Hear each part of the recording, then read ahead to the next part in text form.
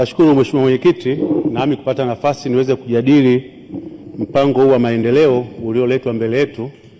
Cha kwanza nianze kumshukuru Mwenyezi Mungu, lakini kishukuru chama changu, Chama cha Mapinduzi, na wananchi wangu wa wilaya ya Chunya na jimbo la Lupa kwa kuweza kunichagua na kurudisha tena niweze kuwakilisha.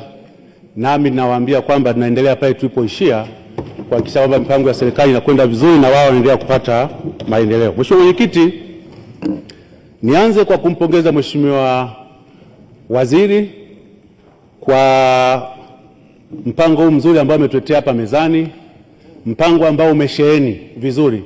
Hakika tumeona kwamba PhD yake inafanya kazi vizuri, yeye pamoja na wasaidizi wake, lakini pia na Waziri wa Fedha. Hakika tuko sehemu salama zaidi. Mheshimiwa Mwenyekiti, kama unavyofahamu, mpango huu ni mpango ambao unaenda kuakisi yale ambayo mipango ya serikali kwa miaka mitano, lakini kwa miaka 50 inayokuja. Lakini pia Mheshimiwa Mwenyekiti, kwenye mipango hii ambayo inaendelea imeweza kueleza mambo kadha wa kadha. Kila sekta imeweza kugusa vizuri, na wananchi huko nje kila mmoja ameweza kuisifia hii hotuba. Jambo kubwa ambalo liko mbele yetu waweze kuona matokeo ya hii mipango ambayo imeelezwa kwenye hii hotuba. Mheshimiwa Mwenyekiti, tumeona namna ambavyo ukitaka kuhakikisha kwamba uchumi unaendelea kuwa vizuri zaidi, na kwenye mpango umeeleza namna ambavyo kwenda kuiwezesha sekta binafsi. Sekta binafsi ukuaji wake ambao tunategemea kwamba zaidi ya 70% tunaweza kupata mapato kutoka kwenye sekta binafsi, hasa kwenye upande wa ajira, lakini upande wa kodi na mambo mengineyo. Lakini ili kuenda vizuri zaidi, lazima mazingira mazuri hasa kwenye sekta binafsi lazima yatengenezwe. Tumeona kwenye mipango ya serikali namna ambavyo kwenye upande wa nishati leo tuna uhakika kuwa na umeme wa kutosha, tuna bwawa la Mwalimu Nyerere, tunazo megawati za ziada. Lakini je, hizi megawati ambazo tunasema tunazo za ziada, uko chini kwa wananchi wetu wanaufurahia huu umeme? Uko chini kwenye viwanda vyetu wanaufurahia umeme? Mheshimiwa Mwenyekiti, naomba nishauri kwenye upande huu. Lazima nguvu kubwa sasa tuwekeze kwenye usafirishaji wa umeme, maana miundombinu tuliokuwa nayo imeshakuwa ni ya zamani ambayo sasa imechakaa, lakini kwenye usambazaji wa umeme. Tukiweza kuwekeza kwenye usafirishaji na usambazaji, tutaweza kuwafikia watu wengi zaidi. Tunaipongeza serikali kwenye usambazaji. Tumeona majuzi tarehe 17 Januari tuweza kusaini kwenye vijiji zaidi ya 9,000, na mimi kwa wilaya yangu ya Chunya tumepata zaidi ya vitongoji 31. Hii ni hatua kubwa sana, na niombe sasa Mheshimiwa Mwenyekiti, ili tuweze kwenda vizuri zaidi, tuhakikishe kwamba njia ya usafirishaji inakwenda vizuri. Mathalan leo kwenye wilaya yangu ya Chunya tunao umeme umesambaa kwenye vijiji vyote, lakini umeme tunaopata huu ni umeme mdogo, umeme ambao hujitoshelezi, na hujitoshelezi kwa sababu ya miundombinu imeshakuwa ni chakavu ya muda mrefu. Hivyo ni shauri Mheshimiwa Mwenyekiti, namna ambavyo kuweza kukabiliana na hii changamoto, tuweze kuijenga substation ya kutosha pale kwenye wilaya yetu ya Chunya, ili tuwe tuna umeme wa kutosha ambao utaweza kulisha viwanda vyetu, utaweza kulisha kwenye maeneo ya wachimbaji, na wao waweze kunufaika na umeme. Leo hii tuna wachimbaji wengi wa kutosha wanashindwa kunufaika na umeme kwa sababu ni mdogo, matokeo yake wanatumia majenereta, hivyo gharama za uendeshaji zinazidi kwenda juu zaidi. Hivyo ni shauri kwenye hili, tukifanya hivyo tunaweza kuwafikia watu wengi zaidi. Lakini bei yake, sisi watu wa Chunya maeneo mengi sana ni wachimbaji. Tunapeleka umeme kwenye vitongoji, lakini maeneo ya wachimbaji kasi ya kupeleka umeme ni mdogo sana. Niombe ili mpango uweze kwenda vizuri na uwaguse wananchi wengi, twende tuhakikishe tuwe na mpango mahususi wa kupeleka umeme maeneo ya wachimbaji, ili kuweza kwenda kule kuongeza uzalishaji, ambapo pamoja kwamba umeme ni huduma, lakini umeme pia ni biashara. Wataweza kununua kwa gharama, lakini pia tutapunguza uendeshaji kwenye migodi ya wachimbaji wetu wadogo. Na tunaposema kwamba tunaenda kuwagusa wachimbaji wetu hawa, tunaona namna sekta ya madini namna ambavyo imezidi kuchechemka. Leo hii kila mchimbaji wa madini anafurahia, hasa kwenye uchimbaji wa madini ya dhahabu, namna ambavyo mazingira ya uchimbaji yametengenezwa yamekuwa mazuri zaidi.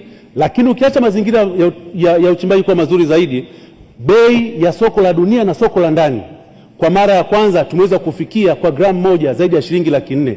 haijawahi kutokea. Lakini kwenye serikali hii ya awamu ya 6 Mama Samia Suluhu Hassan, kutokana na sera nzuri na mambo mazuri kwa duniani, leo tunaona namna ambavyo bei imekuwa nzuri na wachimbaji wetu wananufaika. Hivyo tukiwekeza zaidi hapa, tutaweza kupata na kuwapata wachimbaji wakubwa zaidi. Lakini ili tuweze kuwafikia wachimbaji wengi na wakubwa zaidi, lazima tuwekeze kwenye utafiti. Jambo la utafiti tumekuwa tunaliimba kila siku. Wizara na kupitia Mheshimiwa Waziri amekuwa anazungumza kwamba utafiti unafanyika, vifaa vinanunuliwa, lakini pamoja kwamba vifaa vinanunuliwa, bado hatujaweza kuwafikia wachimbaji wengi. Tukifanya utafiti wa kina, tukaupeleka maeneo hizi taarifa kwa wachimbaji wetu wadogo, tutaweza kuongeza uzalishaji wa dhahabu, lakini tutaweza kuwainua wachimbaji wetu kutoka kuwa wa chini kwenda kuwa wakati. Uchumi wa nchi utaendelea kukua, lakini sio kukua tu, tutaendelea kutengeneza mabilionea wengi zaidi. Leo kupitia sekta ya madini peke yake, kwenye mchango wa pato la taifa tunachangia zaidi ya 10%. Si kiasi kidogo, na tukiendelea hivi tutazidi zaidi ya 10%. Lakini niombe Mheshimiwa Mwenyekiti, Mheshimiwa Waziri yuko hapa na Naibu Waziri wa Madini yuko hapa, tuendelee kuweka nguvu kubwa sana kwenye sekta ya madini. Tukiwekeza nguvu kwenye sekta ya madini, kwenye utafiti, tuna uhakika tutapata fedha nyingi, hasa fedha za kigeni, na nchi yetu itazidi kwenda mbele na tutaweza kupiga hatua kubwa zaidi.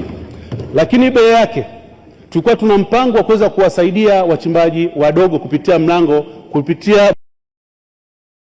mradi wa MBT, Mining for Brighter Future Tomorrow. Mradi huu unazungumzwa, lakini utekelezaji wake bado haujaanza mpaka leo. Niombe Mheshimiwa Mwenyekiti, tuweze kuwatengeneza vijana. Tumeunda wizara ya vijana, namna gani tutaweza kuwasaidia hawa kupitia MBT maeneo ya wachimbaji wadogo, tutengeneze rush. Mimi kule kwangu tuna baadhi ya maeneo ambayo tumeweka kama hifadhi. Kuna hifadhi ya Mbiwe, kuna hifadhi ya kule Gepu, kuna watu walitolewa kule.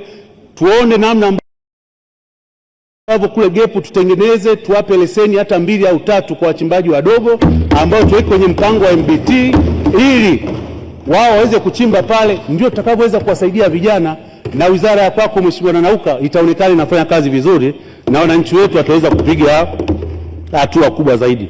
Mheshimiwa Mwenyekiti, tunaona pia kwenye upande wa sekta ya kilimo. Sekta ya kilimo kazi kubwa imefanyika, na asilimia zaidi ya 65 mpaka 70 ya Watanzania tunategemea kilimo kuendesha maisha yetu ya kila siku, lakini na uchumi wetu kwa ujumla. Tumeona serikali imeweka ruzuku ya kutosha, leo wananchi wananufaika, wakulima wetu. Lakini kwenye mbolea hii ambayo leo wananchi wananufaika, mimi kule kwangu tuna wakulima wa mazao ya chakula, lakini wakulima wa zao la tumbaku. Mpaka kwenye zao la tumbaku tumeweza kuweka ruzuku na wananchi hawa wanaweza kunufaika. Lakini kwenye mazao ya chakula, wale mawakala wale ambao wanapata hii mbolea kwa ruzuku na bei elekezi, wanashindwa kwenda kuifikisha mbolea hii maeneo yote, kwa sababu usafiri kutoka eneo moja kwenda eneo jingine gharama zinatofautiana. Leo wakala anaambiwa atauza mfuko kwa 75 kwa wilaya ya Chunya. Kutoka Mbeya mpaka Chunya ni 75, lakini kutoka Chunya mjini mpaka Kambikatoto ni kilomita 240. Supplier anashindwa kuifikisha kule kwa bei ile ambayo ilitakiwa iweze kumfikia. Niombe Mheshimiwa Mwenyekiti, wizara ziko hapa zione namna ya kuangalia hizi bei kutoka eneo moja ya nyingine, ili wananchi wetu hawa waweze kwenda kufikiwa na bei ikiwa nzuri, ikiwa katika kwenye ruzuku. Lakini pia Mheshimiwa Mwenyekiti, kwenye mpango huu imeeleza namna ambayo kwenye kilimo tunaendelea kuwekeza kwenye kilimo cha umwagiliaji.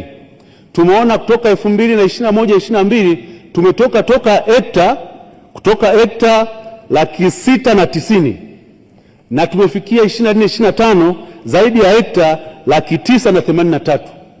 Zaidi ya miaka mitatu tumeongeza zaidi ya hekta 300 kwenye upande wa umwagiliaji. Hii ni hatua kubwa sana, lakini bado tuna maeneo mengi makubwa na mazuri ambayo yanatufaa kwa ajili ya umwagiliaji. Mimi kule kwangu Chunya tuna maeneo makubwa mazuri, washakuja kufanya utafiti. Tunaomba fedha zije ili hao wananchi waweze kunufaika na eneo la umwagiliaji haya, ili tuweze kuzalisha chakula kingi cha kutosha zaidi. Mheshimiwa Mwenyekiti, nashukuru kwa kunipa nafasi, nami naunga mkono hoja.